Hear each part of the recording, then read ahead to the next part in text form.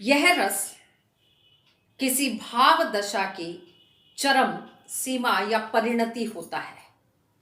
Suppose करो हम कोई नाटक देख रहे हैं, कोई फिल्म देखते हैं, तो हमें जब हम पूरी तरह उसमें डूब जाते हैं, आनंद आने लगता है, तो हमें फिर इधर उधर का नहीं पता चलता। खाना खा रहे हैं तो ऐसे ही, क्योंकि हम पूरी तरह से उस रस में डूबे हुए हैं, आनंद ले रहे हैं। रस के विषय में कुछ ऐसी मुख्य बातें होती हैं जो जाननी आवश्यक है। रस शब्द आनंद का पर्याय है। आनंद और रस एक ही बात है। वो हमें काव्य पढ़ने में भी आ सकता है, साहित्य पढ़ने में भी आ सकता है, कुछ बच्चों को खेलने में आता है, कुछ बच्चों को खाने पीने में आनंद आता है, कुछ बच्चों को सोने में आनंद आता है। बच्चों की सभी की बात है इसमें।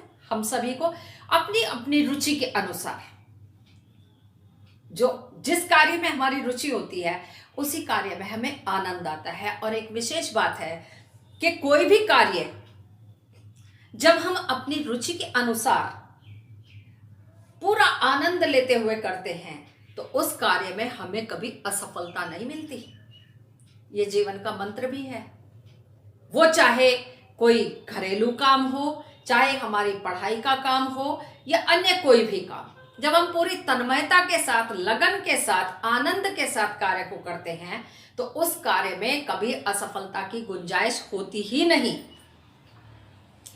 काव्य को पढ़ने से, नाटक पिक्चरों को देखने से हमारे मन में जो भाव जागृत होते हैं, वो भाव ऐसा नहीं है कि एक लिमिट तक ही सीमित हो जाते हैं। वह रस, आनंद दर्शक हो, श्रोता हो, पाठक हो, सबको पूरा पूरा चरम सीमा तक ले जाकर हमें आनंद प्रदान करते हैं, बशर्ते हमारी रुचि के अनुसार हो। काव्य नाटक में जगने वाले भाव सुखात्मक भी हो सकते हैं, दुखात्मक। कभी कई बार ऐसा होता है कि मान लीजिए मेरे मित्र से झगड़ा हो गया, मेरा मन बड़ा परेशान है, और इसी तरह का हमने कोई नाटक या पिक्चर देख लिया, या हमारे जीवन में जो घटनाएं घट रही हैं उसी से मिलता जुलता हम कोई नाटक, मूवी या कुछ भी देखते हैं, तो हमें ऐसा लगता है, हम इतना डूब जाते कि ये मेरी ही जीवन कहानी चल रही है। बड़ा आनंद आने लगता है, बहुत रस आता है। तो वो हमारे जो भाव हैं उनकी हम अनुभव भी कर सकते हैं। उनको भाव हमारे मन में हमेशा से होते हैं, बस परिस्थिति देखने पर वो उभरकर सामने आ जाते हैं। एक एग्जांपल देती हूँ। हम कोई हंसने वाला दृश्य देखते हैं, किसी जोकर को देखते हैं, या अन्य कोई लाफ्टर शो देखते हैं, तो वो हास्य भाव हमारे मन में पहले से है, परंतु बाहरी परिस्थिति हमें ऐसी मिली कि हम हंसने पर मजबूर हो गए और हम हंसने लगे खिलखिलाकर। या कई बार कोई दुख की परिस्थिति आ जाती है तो वो भाव तो पहले से व्याप्त है हमारे मन में, पर परिस्थितिवश वो भाव निकलकर बाहर आ गया और हम दुखी हो गए या रोने लगे। इसके बाद आता है रस के अवयव।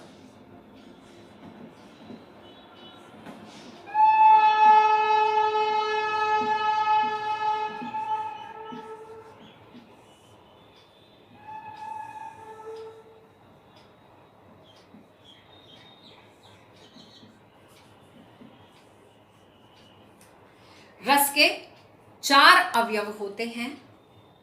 पहला है स्थायी भाव,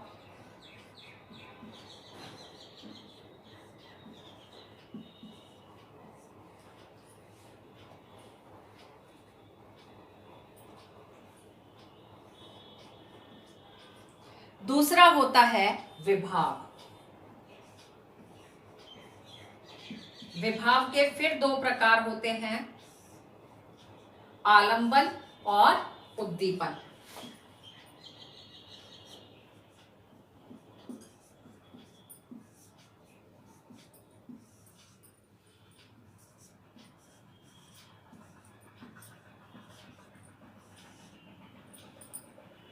तीसरा होता है अनुभाव।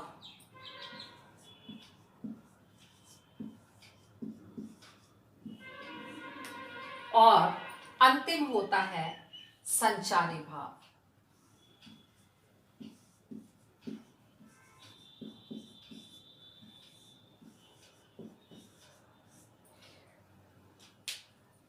पहला है स्थायी भाव।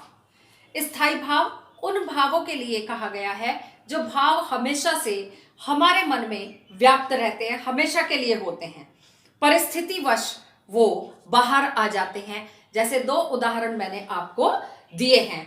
ये भाव हमारे मन में स्थायी रूप से रहते हैं, हमेशा से और स्थायी रूप से रहते हैं। दूसरा है विभाव। जिस वस्तु व्यक्ति के कारण हमारे स्थायी भाव जागृत होकर बाहर निकलते हैं उनको विभाव कहते हैं। फिर इसके दो उपभेद होते हैं। पहला है आलंबन। वह व्यक्ति, वस्तु, घटना जो स्थायी भाव को जागृत करने वाली है उसे आलंबन भाव कहते हैं। और दूसरा है उद्दीपन। उद्दीपन से तात्पर्य होता है जो भाव को और अधिक उद्दीप्त करने में, जागृत करने में तीव्रता लाने का कार्य करती है, या उन भावनाओं को, चेष्टाओं को और अधिक जागृत करती है, जागृत करने का कार्य करती है, उसे उद्दीपन विभाव कहते हैं। तीसरा आता है अनुभाव। अनुभाव शब्द के दो अर्थ मानते हैं।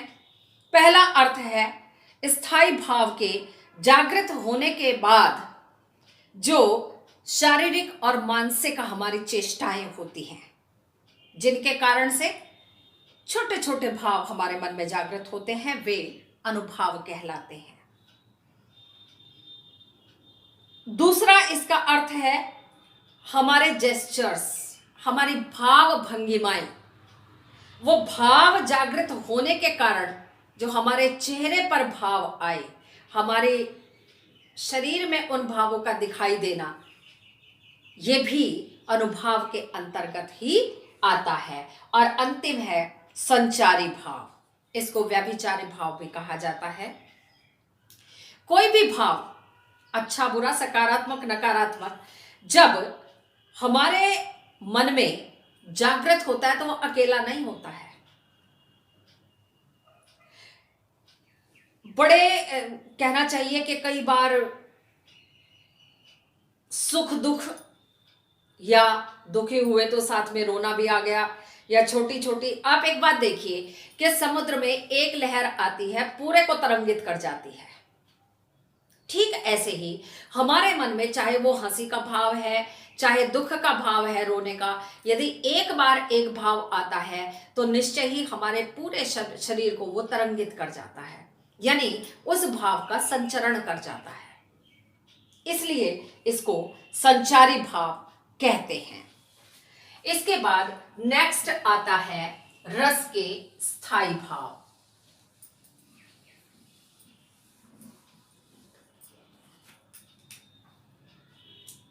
रस और स्थायी भाव।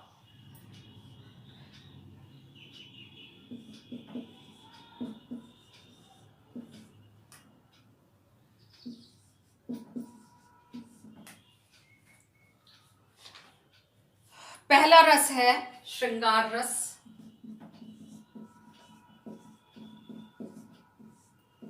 इसका स्थायी भाव है रति।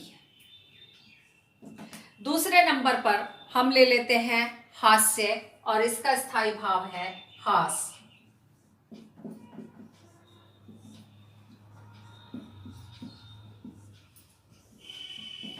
तीसरे पर हम ले लेते हैं करुण रस। इसका स्थायी भाव है शोक।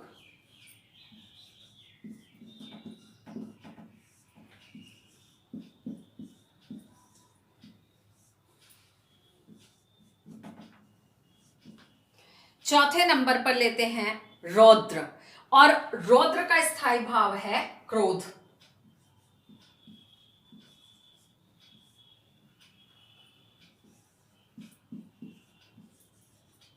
पांचवें पर लेते हैं वीर रस। इसका स्थायी भाव है उत्साह। कई बार परीक्षा में केवल स्थायी भाव ही पूछने के लिए आ जाता है। फिर से हम यहां लिख लेते हैं रस और स्थायी भाव।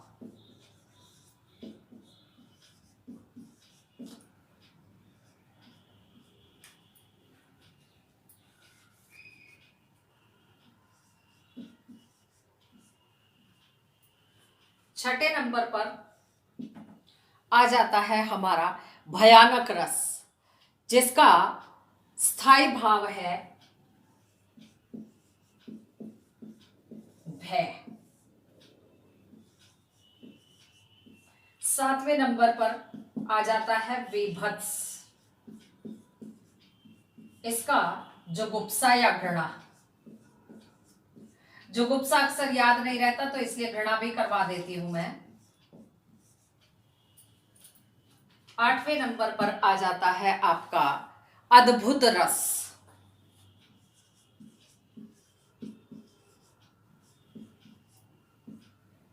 इसका स्थायी भाव होगा विस्मय या आश्चर्य।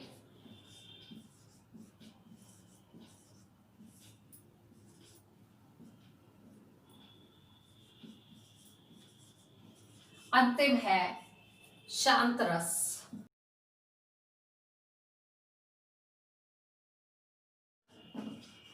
श्रृंगार और दूसरा है वियोग या विप्रलंभ श्रृंगार।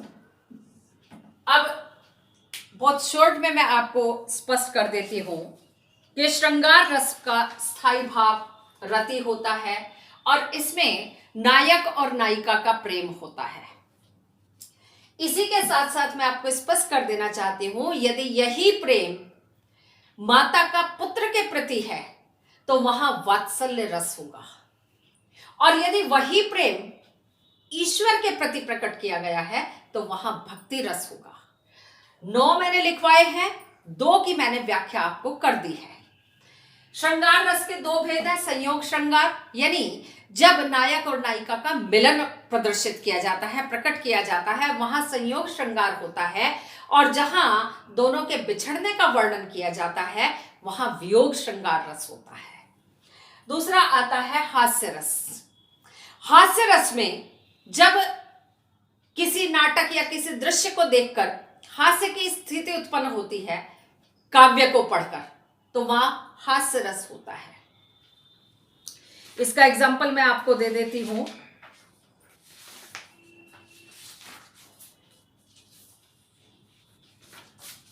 तंबूरा ले मंच पर बैठे प्रेम प्रताप, साज मिले 15 मिनट, घंटा भर आलाप। घंटा भर आलाप राग में मारा गोता, धीरे धीरे खिसक चुके थे सारे श्रोता। और अन्य भी कई सारे एग्जाम्पल हमारे सम्मुख देखने को आते हैं। करुण रस का स्थायी भाव है शोक।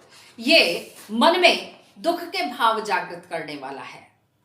इसका उदाहरण है शोक विकल सब रोवहि रानी, रूपसील बल तेज बखानी, करहि विलाप अनेक प्रकारा, पर ही भूमि तल बारहि पारा। तुलसीदास जी ने लिखा है कि जब रावण का वध कर दिया गया था श्री राम के द्वारा, तब उस समय उसकी रानियां तरह तरह से उसके पराक्रम का वर्णन कर रही हैं और विलाप कर रही हैं। चौथा है रौद्र रस, यानी जिन काव्य पंक्तियों को पढ़ने से रोष अर्थात क्रोध की स्थिति उत्पन्न होती है या भाव जागृत होते हैं, वहां रौद्र रस होता है। श्री कृष्ण के सुनकर वचन अर्जुन क्षोभ से जलने लगे, सब शील अपना भूल कर करतल युगल मलने लगे। यानी बदला लेने के लिए उन्हें इतना गुस्सा आया कि किस तरह से मैं बदला ले लूं। इसके बाद नेक्स्ट है वीर रस, और वीर रस का स्थायी भाव है उत्साह, जोश। बुंदेले हर बोलो के मुंह, हमने सुनी कहानी थी, खूब लड़ी मर्दानी वो तो झांसी वाली रानी थी। या देशभक्ति का आप कोई भी गाना इसमें ले सकते हैं। वीर तुम बढ़े चलो, धीर तुम बढ़े चलो, सामने पहाड़ हो कि सिंह की दहाड़ हो, तुम कभी रुको नहीं, तुम कभी झुको नहीं। अन्य अनेक उदाहरण हैं जिनको हम इसके अंतर्गत ले सकते हैं। नेक्स्ट है भयानक अर्थात भय। जिन काव्य पंक्तियों या दृश्यों को या नाटक पिक्चरों को देखकर हमें भय लगता हो, वहां भयानक रस की उत्पत्ति होती है, भयानक रस होता है। उधर गरजती सिंधु लहरियां कुटिल काल के जालों सी, चली आ रही फेन उगलती फन फैलाए ब्यालों सी। तूफान, उधर गरजती सिंधु लहरियां, गरजती हुई उमड़ती घुमड़ती सिंधु की लहरें आ रही हैं, जैसे कोई काल अपना जाल बिछाता हुआ आ रहा हो। फेन उगलती, झाग उगलती हुई ठीक ऐसे ही आ रही हैं वो लहरें, जैसे कोई नाग अपना फन फैलाए हुए डसने के लिए आ रहा हो। नेक्स्ट है विभत्स रस, यानी कुछ ऐसे दृश्य या ऐसे स्थिति परिस्थिति कोई हो जिनको देखकर घृणा, कई बार हम सड़क पर चलते हैं, कूड़ा करकट पड़ा होता है तो हम छी कहकर निकल जाते हैं, या कई बार घृणा की स्थिति हो जाती है। सिर पर बैठियो काग, आंख दो खात निकारत, खींचत जीव हिस्यार अति ही आनंद उर धारत, गीद जांघ को खोद खोद के मांस उपारत, स्वान आंगुरिन काटी काटी के खात विदारत। भारतेंदु हरिश्चंद्र जी के द्वारा ये लिखा हुआ है और इसमें बड़ा विभत्स घृणा वर्णन किया गया है कि किस प्रकार से गिद्ध, सियार और स्वान, कुत्ते को कहते हैं, किस तरह से वो आनंद लेकर उस लाश को नोच नोच कर खा रहे हैं। इसके बाद आता है अद्भुत रस, आश्चर्य, अनोखा, यानी जिन दृश्यों से, जिस काव्य पंक्तियों को पढ़ने से, जिन मूवीज को देखने से, नाटक को देखने से आश्चर्य की अनुभूति होती है, वहां अद्भुत रस होता है। अखिल भुवन चर अचर सब, हरिमुख में लखी मातु। ये यहाँ कृष्ण और यशोदा का वर्णन किया गया है कि जब कृष्ण जी मिट्टी खाते हैं, माता कहती है कि जरा मुंह खोलकर दिखाना, तो वो ब्रह्मांड के दर्शन कर लेती हैं। वही देखकर वो आश्चर्यचकित रह जाती। चकित भई गद गद वचन, विकसित दृग पुलकातु। नेक्स्ट है शांत रस, शांति का अनुभव। इसका स्थायी भाव निर्वेद है। 2020 के हिंदी के एग्जाम में यह प्रश्न पूछा गया था कि शांत रस का स्थायी भाव क्या है। हालांकि इस बार आपके एमसीक्यू आने हैं, पैटर्न चेंज हो गया है इस वर्ष से। मन रे तन कागद का पुतला, लागे बूंद बिनसी जाए छिन में। हमारा मन और ये सारा तन एक कागज के पुतले के समान है।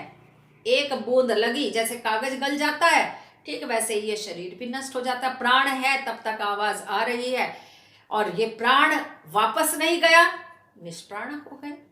मन रे तन, हे मेरे मन, तुझे इतना ललचता है, ये कागज का पुतला है। लागे बूंद बिन सी जाए छिन में, जैसे एक क्षण में कागज नष्ट हो जाता है बूंद लगने से, क्षण भर का खेल है जीवन का और मृत्यु का। गर्व करे क्या इतना, इस तन पर इतना क्या गर्व करना। भक्ति रस और वात्सल्य रस। वात्सल्य रस का उदाहरण मैं आपको दे देती हूं। किलकत कान घुटरूवन आवत, फिर से यहां सूरदास जी द्वारा लिखा हुआ है, कृष्ण जी का वर्णन किया गया है। मणि में कनक नंद के आंगन, बिम पकड़े धावत। माता उसके पीछे दौड़ रही है कृष्ण कन्हैया के, उसे पकड़ने के लिए, और वो घुटनों के बल आगे आगे दौड़ते हुए चले जाते हैं। इसके बाद भक्ति रस का एग्जाम्पल है राम जपो राम जपो बावरे, घोर भव नीर निधि नाम निज नावरे। तुलसीदास जी के द्वारा लिखा हुआ है। वो क्योंकि राम भक्त थे, बहुत बड़े राम भक्त थे, और अपने जीवन के हर दुख से निजात पाने के लिए वो केवल एक ही औषधि बताते थे, श्री राम का नाम। और उनके अनुसार हर दुख का निवारण करने वाले, इस जगत में सबका कल्याण करने वाले केवल और केवल प्रभु श्री राम हैं। इसके बाद मैं आपको वर्कशीट भेजूंगी, आप उसको कंप्लीट करिएगा, पूरा कर लीजिएगा। इसके आधार पर पीपीटी के द्वारा पहले मैंने आपको भेज दिया था। धन्यवाद।